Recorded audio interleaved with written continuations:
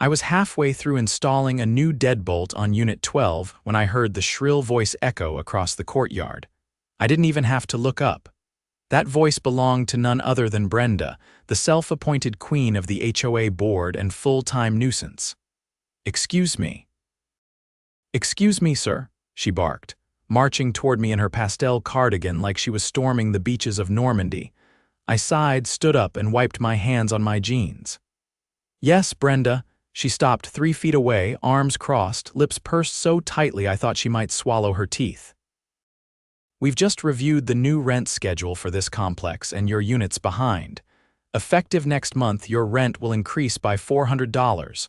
You'll receive the official notice shortly." I blinked. "My rent?" "Yes, and don't try to argue." "The board approved it unanimously at the last meeting," she said, as if that settled the matter. I couldn't help but laugh. "Brenda, I don't pay rent." She narrowed her eyes. "Everyone pays rent here, Randall. This is a managed community. You are not exempt." I tilted my head. "Brenda, I own this building," she scoffed. "Impossible. The owner is a company named RV Holdings. Yeah, Randall Vexler Holdings, my LLC." Her face turned the color of her lipstick. "You're lying." I pulled my phone from my pocket, opened the property record, and held it out. "Go ahead. Zoom in on the owner's name, Brenda." She didn't take the phone, just stared at it like it was cursed. I continued, "I bought this building 3 years ago. Every unit here is rented out through my management company. All rent checks come to me, including the HOA's lease for their little office in Unit 1, which, fun fact, you're currently behind on by 2 months. Brenda's jaw twitched. "There must be some mistake. I'll speak to the board. You are the board, Brenda. And you just tried to raise the rent on your own landlord." She spun around and stomped off without another word, nearly tripping over a planter. I shook my head and went back to the deadbolt. But I knew this wasn't over. Brenda was the type who couldn't stand being wrong. Especially not in front of someone like me, a guy who didn't flaunt his position, didn't kiss the HOA ring, and sure as hell didn't take orders from someone who thought a clipboard gave her power. By the time the sun went down, I had 3 voicemails from other board members asking to clarify some things. I didn't bother calling them back. Next morning, a notice was taped to my door. Red ink, bold letters. "Final warning, unauthorized modifications to property." I laughed, loud. They were coming for me now, but they had no clue what I had in store for them. By Monday afternoon, something had shifted in the complex. The maintenance guy, Miguel, barely made eye contact when I waved. A few tenants who normally chatted with me at the mailboxes suddenly had urgent errands to run. The air felt rehearsed, artificial. Then came the second letter. It wasn't taped like the first one. This one was hand-delivered by a teenager in a hoodie who looked like he'd been bribed with a gas station slushie. He handed it off like it might explode and bolted. I opened it right there by my front steps.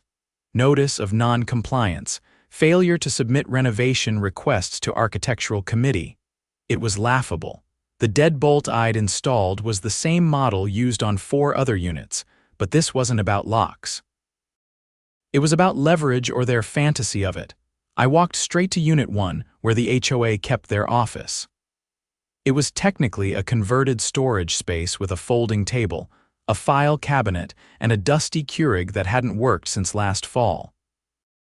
The door was open, and inside were Brenda, the treasurer, Dale, a retired CPA with a superiority complex, and Helen, who mostly attended meetings for the free pastries. Brenda looked up from a stack of papers. "If you're here to yell, you can submit a formal grievance." "We have a box." "You're behind on your lease," I said calmly. "And now you're issuing bogus citations to the guy who owns the building." Dale took off his glasses and cleaned them with a handkerchief.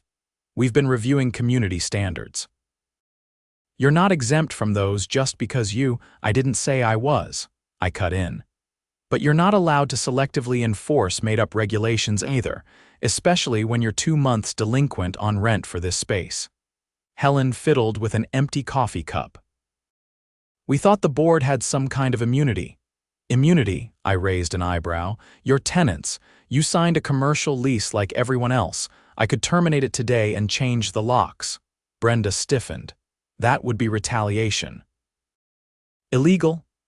Not if I document your non-payment and violation of lease terms, I said, pulling out a folder from my backpack, which I have with timestamps. Dale leaned forward. Are you threatening us? I'm offering you a chance to fix this before it gets messy. Brenda stood. We'll consult legal counsel. Great, do it quickly, because if I don't have payment in full by Friday, I'll file for eviction next Monday. I didn't wait for a response. I turned and walked out. But what I didn't know yet, what I would find out 2 days later, was that their version of consulting legal counsel meant something entirely different. Wednesday morning, I got a certified letter from the city's zoning department. It claimed I was operating a multi-unit rental property without proper permits, and that an anonymous complaint had triggered a zoning review. The kicker. The complaint also alleged I was collecting rent illegally and harassing the HOA board. Now it was clear. They'd weaponized the city bureaucracy, and they were playing dirty. I called the department immediately and was put through to a zoning officer named Kendra. She sounded overworked but reasonable. Hi, I'm calling about the notice sent to RV Holdings, I said. This is Randall Vexler. I'm the owner of the property. There was a pause on the line. Oh, hold on. When she came back, her tone had changed. Mr. Vexler, I'm really sorry. We got this complaint a week ago, and I've been trying to verify it before escalating. Something about it didn't sit right. I appreciate that. What exactly did it say? That you'd bought the property under false pretenses. That the LLC was a shell company. That you were forging leases. I nearly dropped the phone. That's criminal defamation. I know. That's why I flagged it for internal review. We also received an email attachment claiming to be a whistleblower report from the HOA board.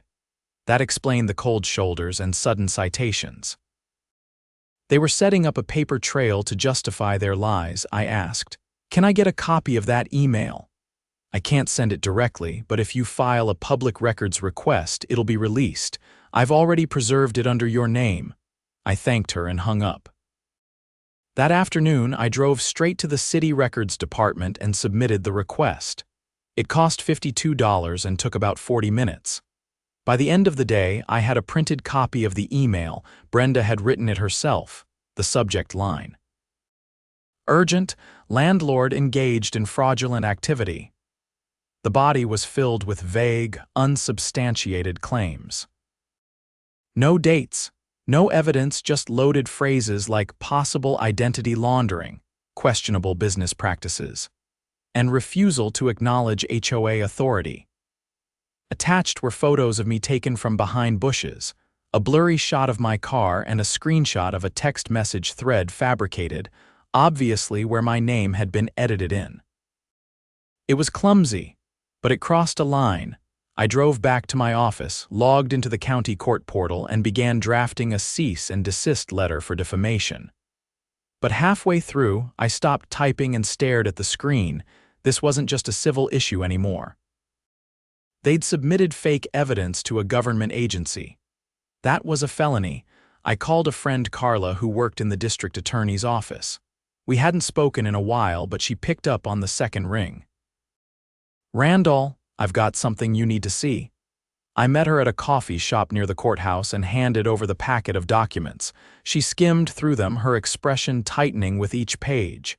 They submitted this officially to the city zoning department, she exhaled. That's filing a false report with intent to obstruct municipal operations. Depending on how far they pushed it, that could escalate to criminal fraud. Think it's worth pursuing, she nodded. Send me everything. I'll run it by our investigator. By Thursday morning, the mood at the complex had shifted again, but this time in my favor. The maintenance guy waved first. A couple of tenants stopped me at the mailbox to ask if I was doing okay. Word was getting around. And then, like clockwork, Brenda showed up at my door. She didn't knock. She stood outside like a statue until I opened it. I want to clarify something, she said. You're not allowed to be here, she blinked. Excuse me, you're trespassing. You're also under investigation for submitting false documents to a city agency. I suggest you leave before I call the police." Brenda's voice dropped. "You can't prove anything." I held up my phone. "Carla Harris, Assistant DA, she can." That cracked her composure. She stammered something about miscommunication and overzealous interpretation before turning and walking away, stiff-legged and wordless. By Friday afternoon, the HOA's rent check was deposited. The citations were withdrawn. And a formal letter from the board arrived, this one typed, signed by all 3 members, and apologizing for any misunderstandings that may have occurred. But I wasn't done. I filed a formal complaint with the state's Department of Consumer Affairs, attaching every document Brenda had submitted. I also submitted a complaint to the Secretary of State's office, outlining how the HOA had misused its nonprofit status to retaliate against a property owner. And just for good measure, I served them with a notice to vacate Unit 1 within 30 days due to lease violations. On Sunday morning, I walked by their office and saw Brenda inside, boxing up files. She didn't look up. Tuesday morning brought an unexpected knock, not the usual kind, the polite rap of a neighbor or the dull thud of a delivery. This was sharp, deliberate, and far too early for casual visitors. I opened the door to find 2 men in charcoal suits, badges visible, standing shoulder to shoulder like bookends. "Mr. Vexler?" the taller one asked. "That's me. Detectives Alvarez and Dunn, Financial Crimes Division, we'd like a moment of your time." I stepped aside and motioned them in. They declined. "This is just preliminary, sir. We're following up on a report from the district attorney's office involving documents submitted by members of the HOA board. We're here to confirm a few things." I crossed my arms. "You're looking into the forged whistleblower complaint," Alvarez nodded. "Among other things, your name's all over it, but the supporting documents raise a number of red flags." Dunn flipped open a tablet and held it so I could see. "This photo you installing a lock on Unit 12. Did you authorize that work?" "Yes, I'm the property owner." "And this lease agreement," he continued, scrolling. "The board submitted an altered version to the city claiming you forged tenant signatures and created shell leases. These signatures match real tenants." I pulled out my phone. "I have scanned copies of all original leases, time-stamped and notarized. Want them?" Alvarez held out a flash drive. "We'd appreciate it." I transferred everything over. Leases, maintenance logs, digital correspondence with the HOA, and a video quietly recorded during my conversation with Brenda outside Unit 1. I hadn't planned on using it unless things escalated, but it looked like we were already past that point. As the files uploaded, Alvarez asked, "Have you noticed anything else out of place?" "Financial discrepancies, unusual activity from the HOA account. Give me a minute." I walked to the office and returned with a folder I'd been compiling quietly for months, records of HOA expenditures that didn't match up. Landscaping payments that exceeded market rates. Duplicate invoices for the same plumbing job. A furniture purchase labeled emergency boardroom repairs that mysteriously coincided with Brenda's new home office setup. Dunn skimmed the papers, his brow furrowing. "Did you report this to the state HOA Oversight Board?" "No, not yet." I was collecting more before pulling the trigger. Alvarez exchanged a glance with his partner. "Well, you might have saved us weeks of groundwork." They thanked me and left. I watched their unmarked car pull away, then turned to see Mrs. Glenmore across the courtyard, peeking through her blinds and pretending she wasn't. The rumor mill would be churning by lunch. By Thursday, subpoenas had been issued. The HOA's financial records were pulled. Brenda's personal bank statements were requested. And Helen's suite, pastry-loving Helen, cracked first. I didn't hear it firsthand, but Miguel mentioned she'd been spotted outside the precinct, visibly upset, talking to someone in a gray sedan. The next day, a friend at City Hall confirmed she'd agreed to cooperate with the investigation in exchange for limited liability. That's when everything shifted from petty to criminal. Turns out, The HOA had been collecting special assessments under false pretenses for nearly 2 years, claiming that the city required infrastructure upgrades, then routing a portion of those funds into a private account controlled by Brenda and Dale. The account was opened under the name Community Modernization Fund. The signature on the paperwork, Dale's. The mailing address, a P.O. box registered to Brenda's retired cousin who hadn't lived in state for 5 years. When the detectives cross-referenced deposits with HOA meeting minutes, the paper trail lit up like a neon sign. They'd embezzled over $40,000, just enough to keep it under the radar, but enough for the DA's office to file formal charges. And here's where it got really rich. Brenda, in a last-ditch effort to shield herself, tried blaming me. She claimed I'd pressured the board into approving bogus expenses by threatening to raise their lease. She said I'd coerced compliance by leveraging my ownership, and that the lock installation was part of a campaign of intimidation meant to destabilize board integrity. The court didn't buy it, neither did the tenants. Especially not after I hosted a town hall in the courtyard, an open queue, and with copies of every lease, invoice, and payment record laid out on a folding table like an exhibit. I brought coffee, donuts, and a projector. A few residents even brought lawn chairs. I walked them through everything. How the HOA had tried to raise rent that didn't exist, the forged documents submitted to the city, the misuse of funds, and the felony charges now pending against Brenda and Dale. By the end, applause broke out. Actual applause. Then someone asked, "What happens to the HOA now?" I took a breath. "That's up to us. The bylaws allow for a vote to dissolve the board entirely. If we get 75% of unit owners to sign off, we can appoint a community advisory council instead, one that reports directly to ownership, not a separate corporate entity." A hand shot up. "Where do we sign?" Within 2 days, I had all the signatures I needed. The board was officially dissolved. The locks on Unit 1 were changed. The nameplate reading HOA Administrative Suite was ripped down. I converted the space into a community resource center, Wi-Fi, printer, free notary services twice a month. Miguel even painted a mural on one wall, a phoenix rising out of a burned clipboard. Brenda and Dale were arraigned the following week. Both pled not guilty, of course, but the evidence was more than enough to proceed. As for Helen, she issued a public statement. Not an apology, more of a resignation letter dipped in guilt and regret. It was stapled to every bulletin board in the complex. The DA's office offered me the option to testify. I agreed without hesitation. At the preliminary hearing, I wore a plain navy suit and brought copies of every document I'd already submitted. When asked to describe the impact of the fraud, I didn't talk about money. I talked about trust. The board wasn't just mismanaging funds, I told the court.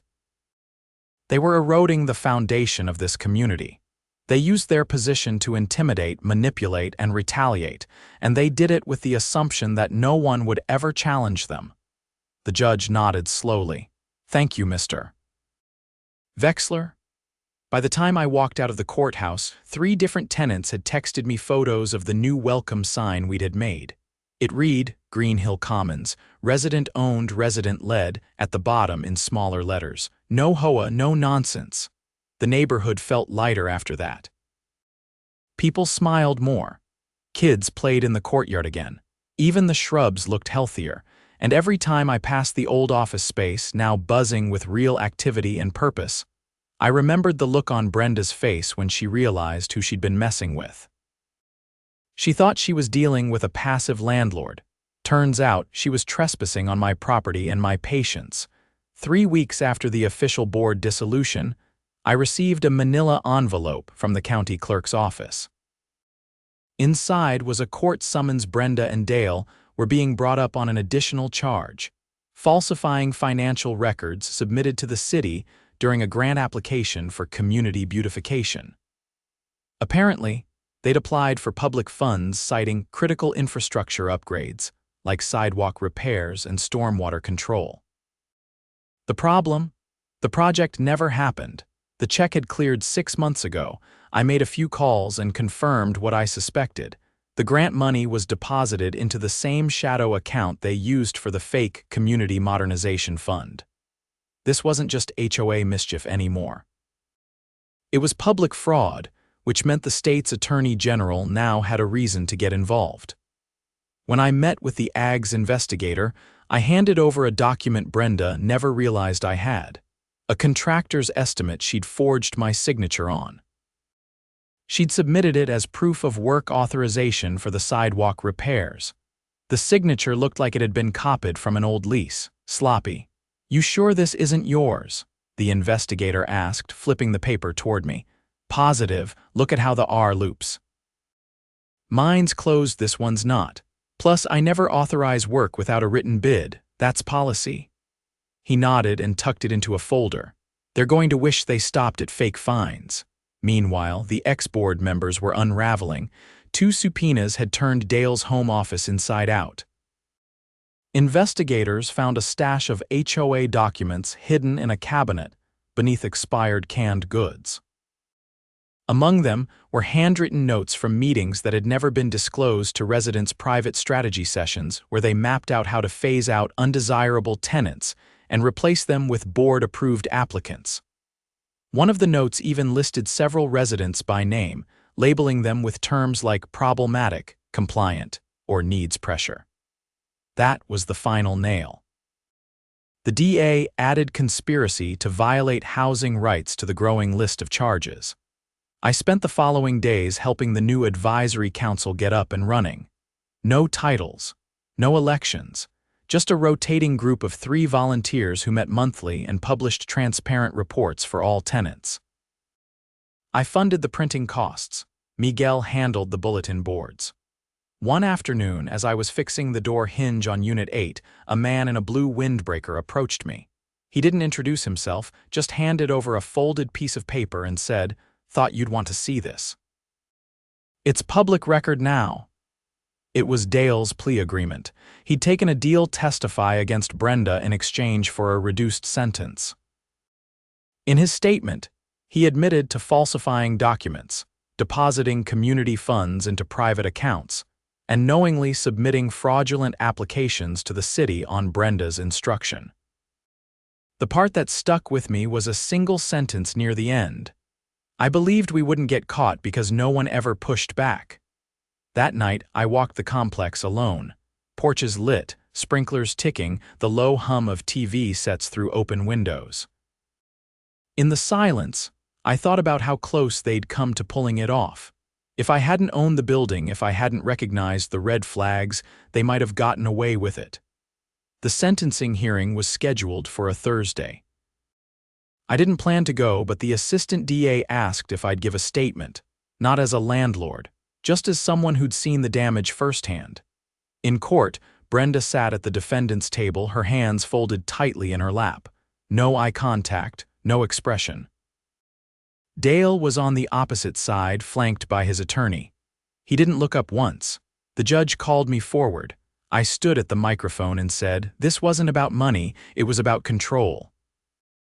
The board created a system where they could bully residents, steal from the community, and lie to the city without fear of consequence. And they did it because they thought they'd never be challenged. I paused. But they were wrong. And now the people who actually live in this community, not a board driven by ego, are the ones rebuilding it. The judge sentenced Brenda to 18 months in county detention, plus 5 years probation. She was also barred from serving on any housing board or nonprofit committee in the state. Dale received 6 months of house arrest and a 5-year probation term, along with a permanent mark on his professional license. Neither of them spoke. After the hearing, I walked out into the daylight with Carla, the assistant DA, beside me.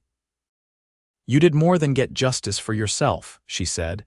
"You set a precedent. We've already had 2 other complaints come in from nearby HOAs.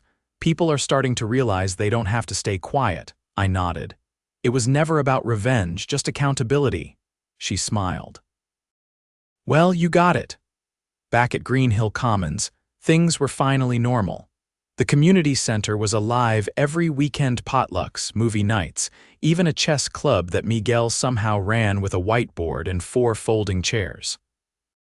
We installed a free lending library outside the old office, stocked by donations.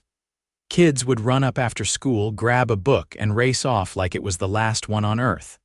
And the best part, no more red ink notices, no more secret meetings, no more clipboard patrols. One afternoon, as I was replacing the gutter on Unit 14, Helen approached me. She looked older, like the weight of her choices had finally settled in her posture. "I wanted to say something," she said quietly. "You don't owe me anything," I replied without looking down. "No, I do," she hesitated. "I went along with things because it was easier than speaking up. I didn't think it would go that far." I finally turned to face her. "You helped bring it down when it mattered. That counts for something." She nodded, eyes damp, and walked away without another word. Weeks passed. Seasons shifted. The advisory council rotated in fresh volunteers. The murals in the community center were repainted by the local high school art class. And one evening, while reviewing lease renewals, I noticed a small envelope tucked under my office door. It was hand-addressed, no stamp. Inside was a note on plain paper. "You gave us our neighborhood back, thank you." No signature, no return address, just 7 words that made the whole mess worth it. Green Hill Commons didn't just survive, it transformed. And the next time someone tries using power to control people who just want to live in peace, I hope they remember what happened here. Because the clipboard may have been loud, but the truth was louder.